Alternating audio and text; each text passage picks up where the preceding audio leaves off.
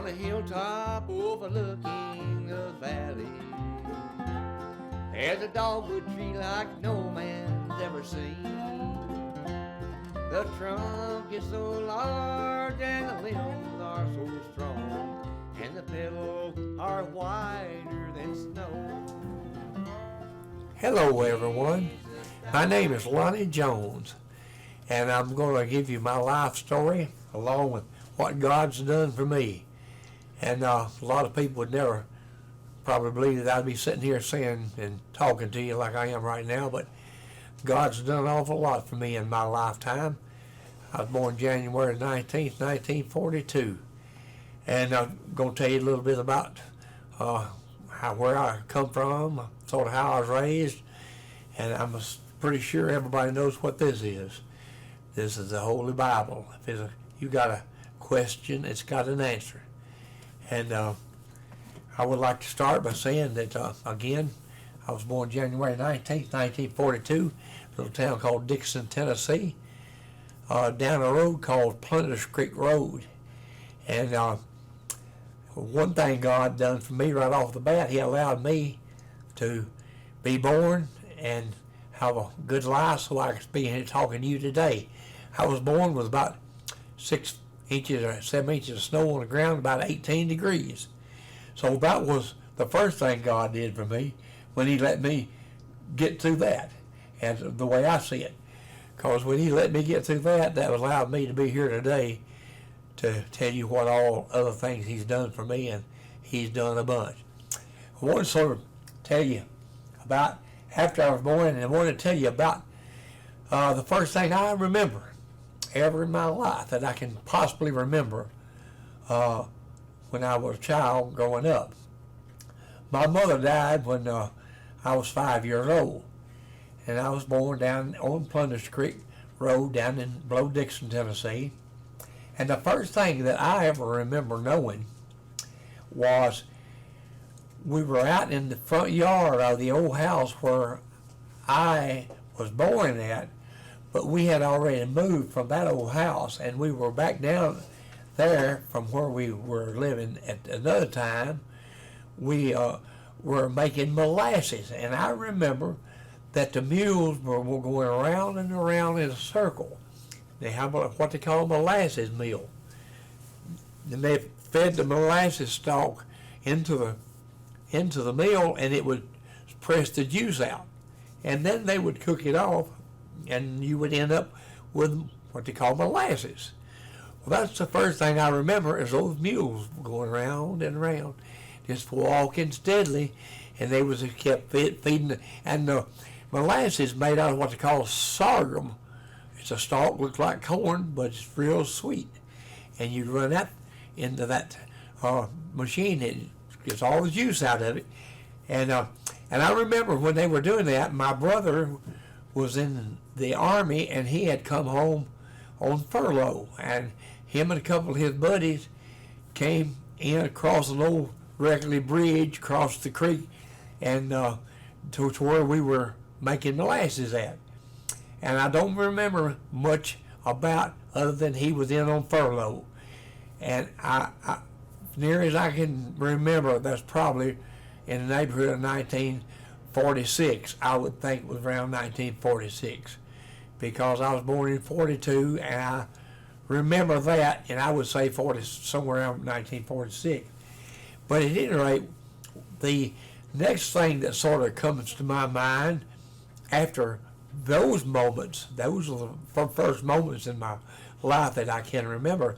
The next thing I remember we had moved out what to call on the ridge, which this was down a hollow down beside an old creek called Plunder's Creek. We moved out what to call out on the ridge, and we were still doing crops down there.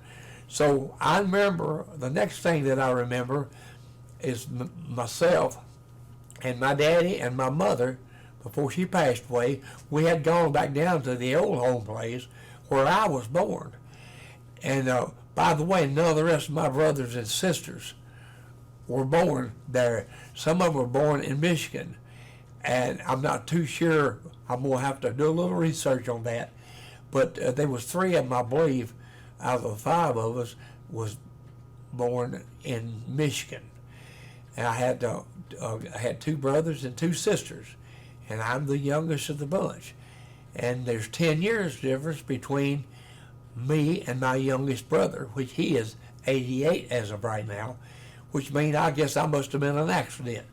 If anybody want to wait 10 years to have another child, I'd say that was probably an accident. But anyway, I thank God it was an accident, because I'm being able to sit here and talk to you out there today. And back to what I remember, the next big thing I remember was we went back down to the old home place, and we had a steel-tired wagon pulled by mules. And I don't know if you've ever ridden in a steel-tired wagon or not.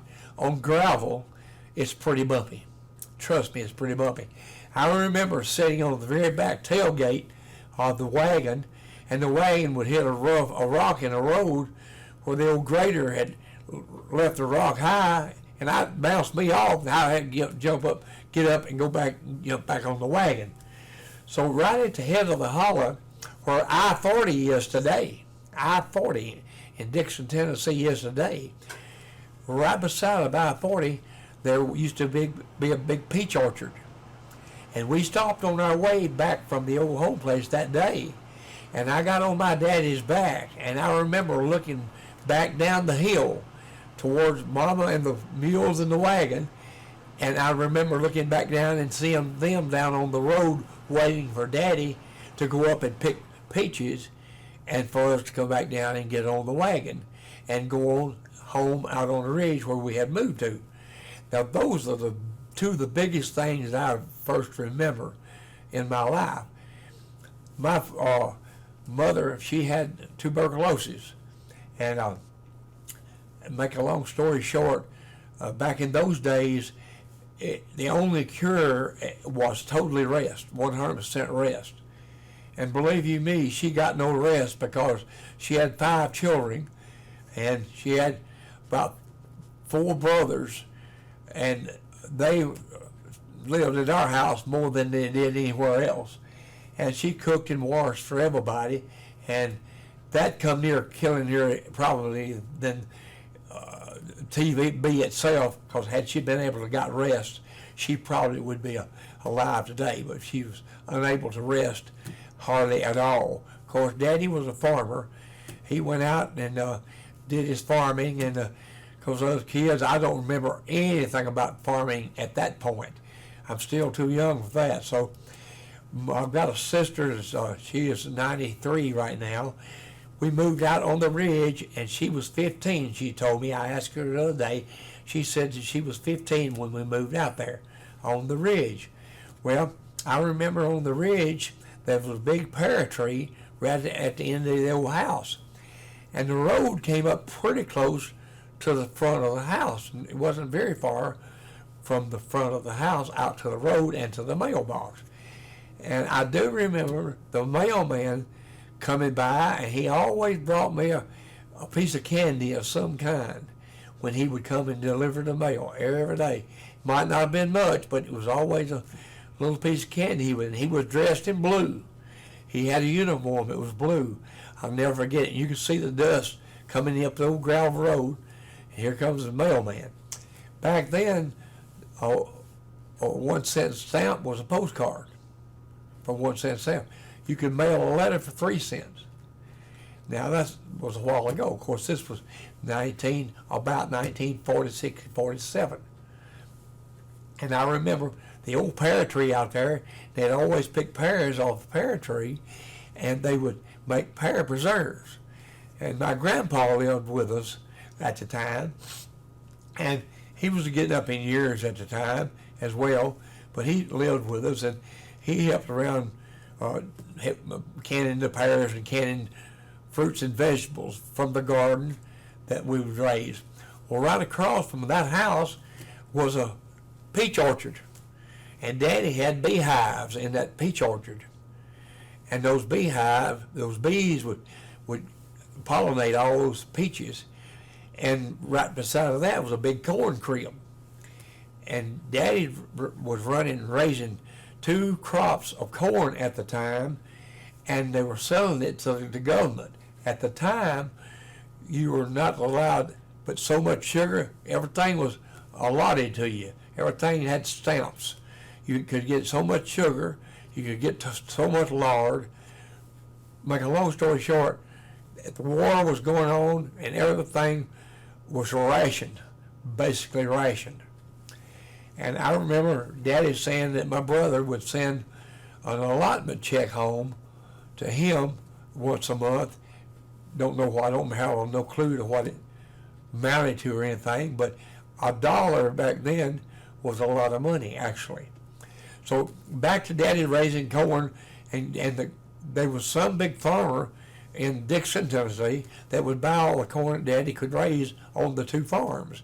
And they used to come in there when they would gather the corn. They had these two huge trucks. I'd say that they were probably 24 foot long, probably 6 foot sideboards on them, and they would be rounded over in corn that Daddy would have sold them. Well, there was at one time that you weren't allowed to kill a hog. I don't remember what year it was, but for whatever reason it was, I don't know, but you weren't allowed to kill hogs. And it was during the time of the stamps and the rationing of certain things. Like mostly sugar was the big ration thing. That was rationed more than anything, was sugar. We could have our own meal. We didn't have our own flour because we didn't grow wheat or rye or anything like that. We didn't grow that, but we grew corn. And I remember very well that we had a grist mill, which ground up the meal. What we did, we would gather up, shell the corn with the palm of your hand until there'd be blisters come out on the palm of your hand. And there'd be blisters come up there, and you'd shell corn until you got as much shelled as you wanted to grind up for your meal. We'd throw it across the shoulders of the old mule, get on the mule, ride down the old gravel road to the grist mill. And they would grind that grist mill up into meal for us, and they would take a third and give us 2/3. And I remember the old grist mill, it was probably 40 foot from where it was grinding to where the old engine set had a belt about that wide, and that old belt was just flopping. And that that old engine was just huffing and puffing, and it would grind up our meal. And I also remember at that time, which we're permanently out on the ridge now, I also remember that down in the meadow you could see the rabbits playing down there, and just below where you could see the rabbits playing, Daddy had a still. And he made whiskey.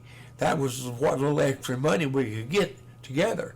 And he had the mill set up in what little hollow, and they called it Dry Fork Hollow. And it stayed dry most of the time, but certain times of the year it would have water.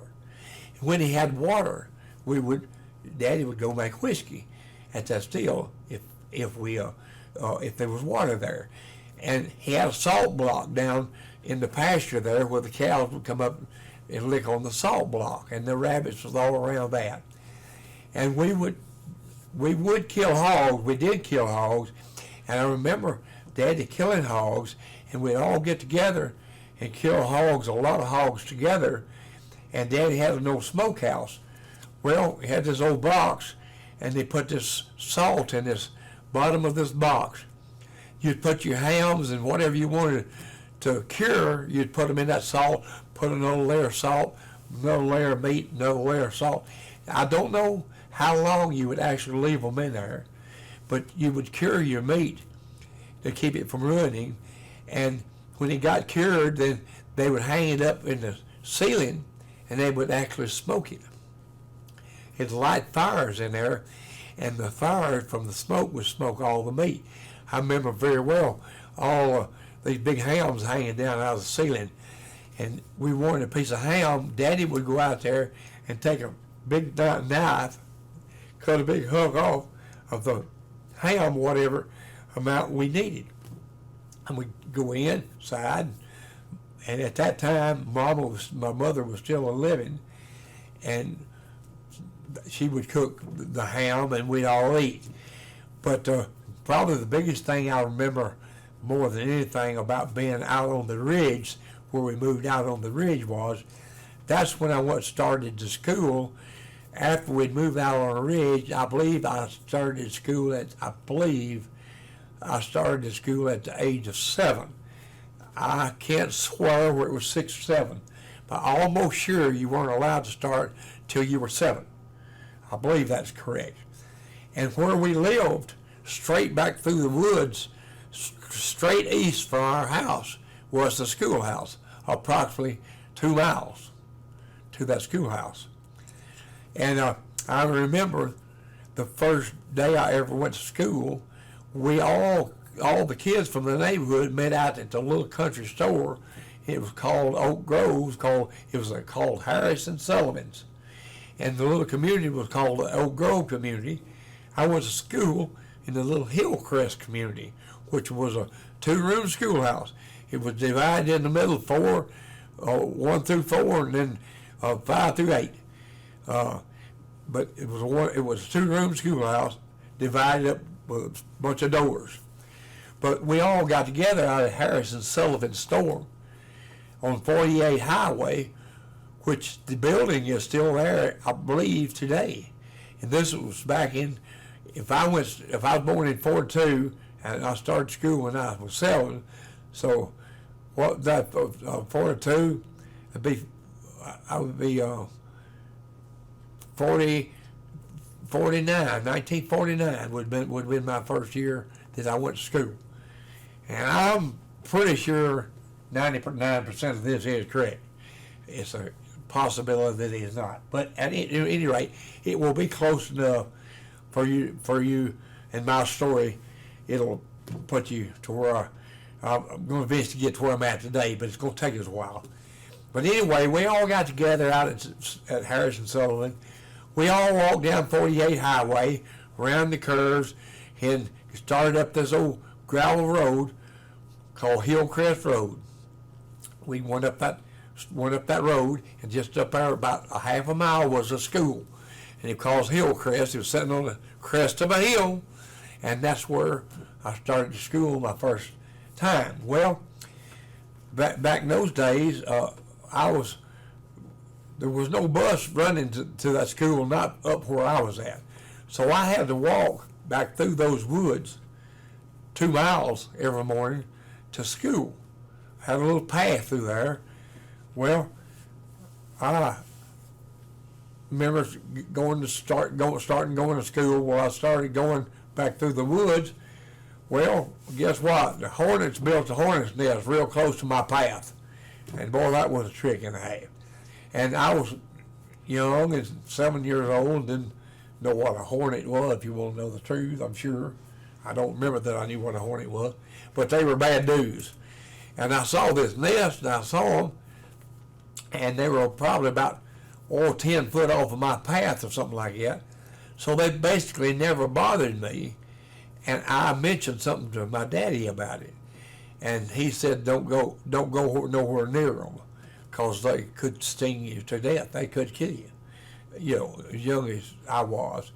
So lo and behold, Daddy, of course, he goes out, not knowing, he removes the hornet's nest. He takes care of the hornet's nest. So I go back as far as through there to school, and we lived out there until I remember my sister got old enough to go to work. My sister Myrtle, she lives out there with us. Her, Myrtle, Mabel.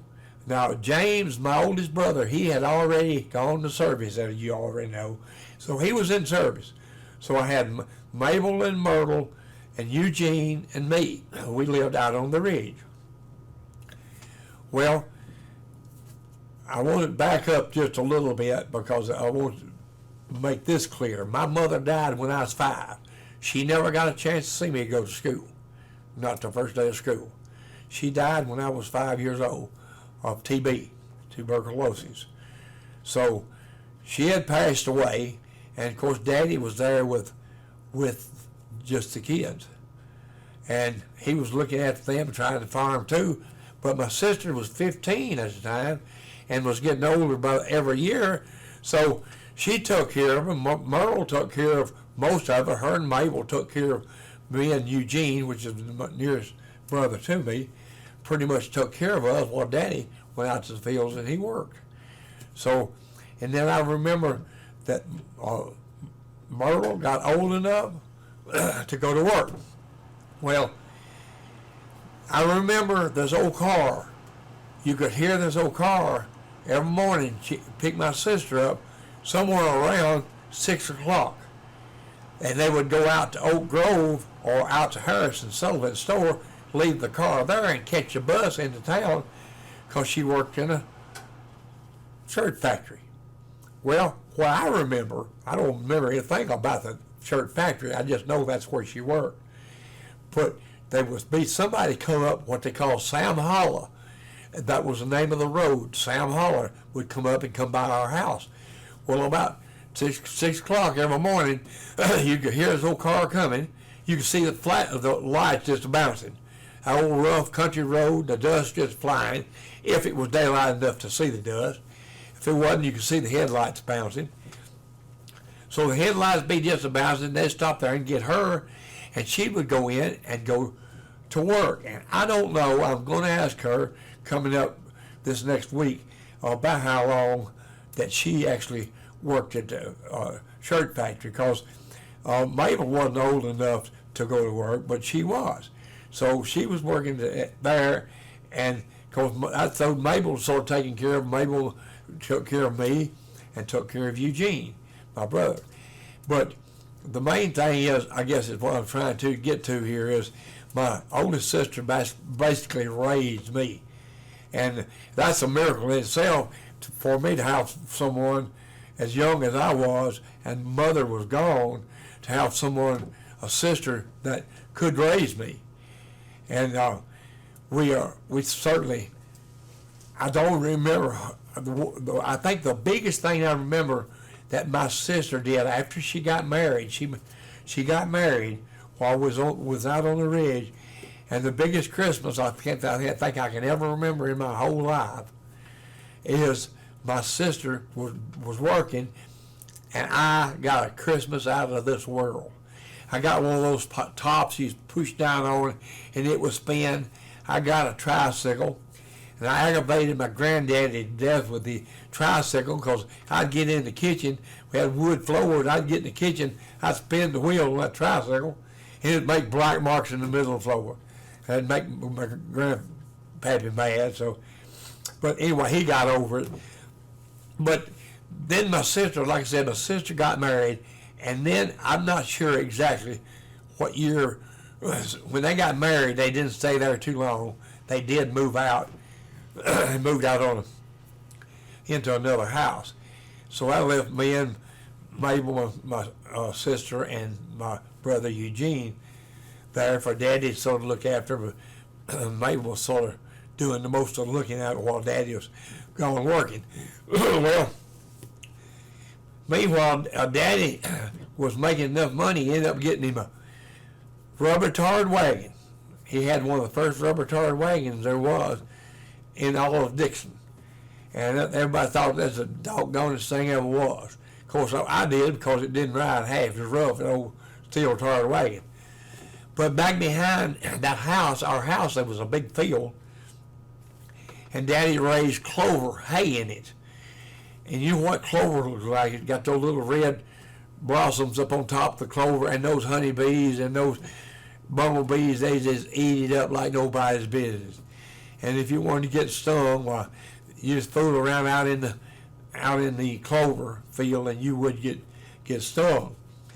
And by this time, Mabel, my next sister, was getting married, and she moved away. Well, that left me with my brother Eugene, my brother next to me, which is he's 88 years old. We're sitting here talking right now in 2020. So he's 10 years older than I am. So about the time that my sister Mabel got married, we moved down on what we call Garner's Creek. We went down Sam Hollow, where the car was coming to pick my sister up to go to work.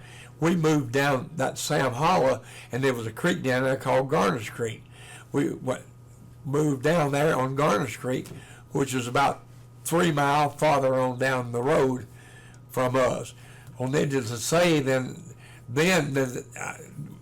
back up just a minute again, I was going to school out there. So when I went down there, I could no longer walk. So there was a bus came down there. When I got down there, the first thing I ever remember about when we moved down there was we had to ford a creek. We had to go across a creek. And we went across the creek with this pair of mules and wagons. And on the other side of the creek, there was a tree, and it was a hazelnut tree. It was a hazelnut tree, and it was just loaded with hazelnuts. That's where I learned to love hazelnuts at. But when we crossed the creek, went up on the bank, and up side there, right there was a big hazelnut tree. And I loved those hazelnuts. But that's the first thing I remember about moving down on the creek after we moved from the ridge. We moved down on Garner's Creek. And that's the first thing I remember, going down this big bank here, into crossing the creek, and here sat that tree that I loved to eat those nuts off of. At this point right here, what we're going to do is we're going to wind this segment up, and we'll pick back up, going up the lane to the house to where we lived on Garner's Creek. I'm going to get ready up here, and we're going to try to do 2 songs if my voice hold up for one of them. And we'll cut this off as one segment, and we'll pick up to where we crossed the creek and going up to where I spent about 15 years, or maybe 12 years, I guess it was. I'll have to do a little checking, make sure it's right. But we'll pick up at that point. And right now we're going to do a couple of gospel numbers for you. And this right here, we're going to, trust me, we're going to talk a lot of it. I'm no preacher, by the way. This is strictly your benefit for me to you, what has happened to me. By the way, we may run over just a little bit with this, but on my next segment, I'm going to ask you, what did God do for you today on my next segment? Because he did something for me today. And I'll tell you on the next segment what he done for me. And that's where we'll take it off. We'll cross the creek, and I'm going to ask you, and you think about it. The next Tuesday week, you think about that, because I'm going to ask you, do you remember what the last thing God did for you? You'll be surprised. You don't think he's doing nothing for you, but he's there. And he did for me. So on our next segment, we'll start right there when we cross the creek, and we'll find out what God did for you that next day, okay? Do you want to do yours first, or you want me to do mine first? Let me do mine. Okay, we're going to do one called Scarlet Purple Robe. There's a story so unkind in the book that reads mine. It tells how Jesus stood alone one day, false accused and they're condemned, yet they found a fault with him. The man who wore the scarlet purple robe, purple robe my Savior wore, oh, the shame for me he bore, as he stood alone forsaken on that day. And they placed upon his head piercing thorns and blood-stained red. His raiment was a scarlet purple robe. In the common judgment hall he was mocked and scorned by all, and the fear of sorrow fell upon his cheek. Soldiers of the wicked man smote him with their evil hand. The man who wore the scarlet purple robe,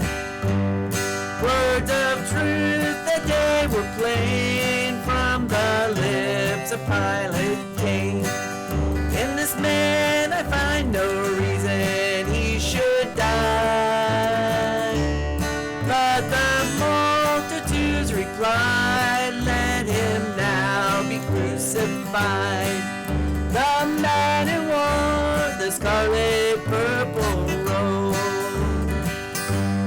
Purple robe my Savior wore, oh, the shame for me he bore, as he stood alone, forsaken on that day. And they placed upon his head piercing thorns and blood-stained red. His raiment was a scarlet purple robe. His raiment was a scarlet purple robe. Wonderful job, wonderful job. Thank you. All right, I'm going to do one. They did this song at my mother's funeral. That's something I remember at her funeral. When I know it was pouring down rain, but anyway, we can't get it all nowhere near nothing in one segment that I remember. We'll go back to where I remember burying my mother, and there's lots of that I would like for you to know as well. Right now, I'm going to do this song because they did this for my mother when she was buried, and I hope my voice will hold up. Called "Will a Circle Be Unbroken." I was standing by my window on a cold and cloudy day, as I saw that hearse come rolling for to carry my mother away. Will that circle be unbroken by and by, Lord, by and by? There's a better home waiting in the sky, Lord, in the sky. Lord, I told that undertaker, he drive slow.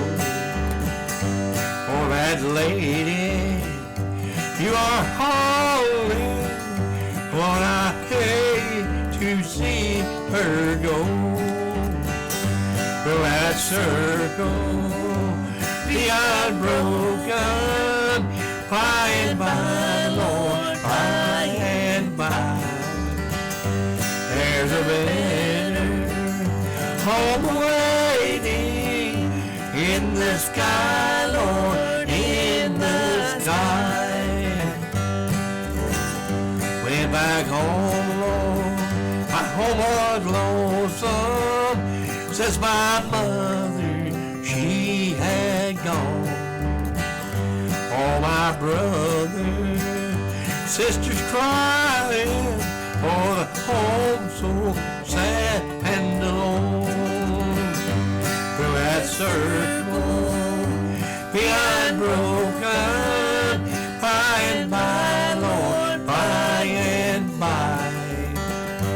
There's a better home waiting in the sky, Lord, in the sky, in the sky, Lord, in the sky. Thank you so much. We'll see you on the next episode. Tell you a little bit more about my mom and her passing and the funeral and so forth. So until the next time, we hope you enjoy so far my story. And you haven't heard what God's done for me yet, but what are you going to? And all answers are right here. Thank you. He gave his life and soul just for you and me. The dogwood was never to grow strong and tall again, for the blood shed that day was on the wood from a dogwood tree.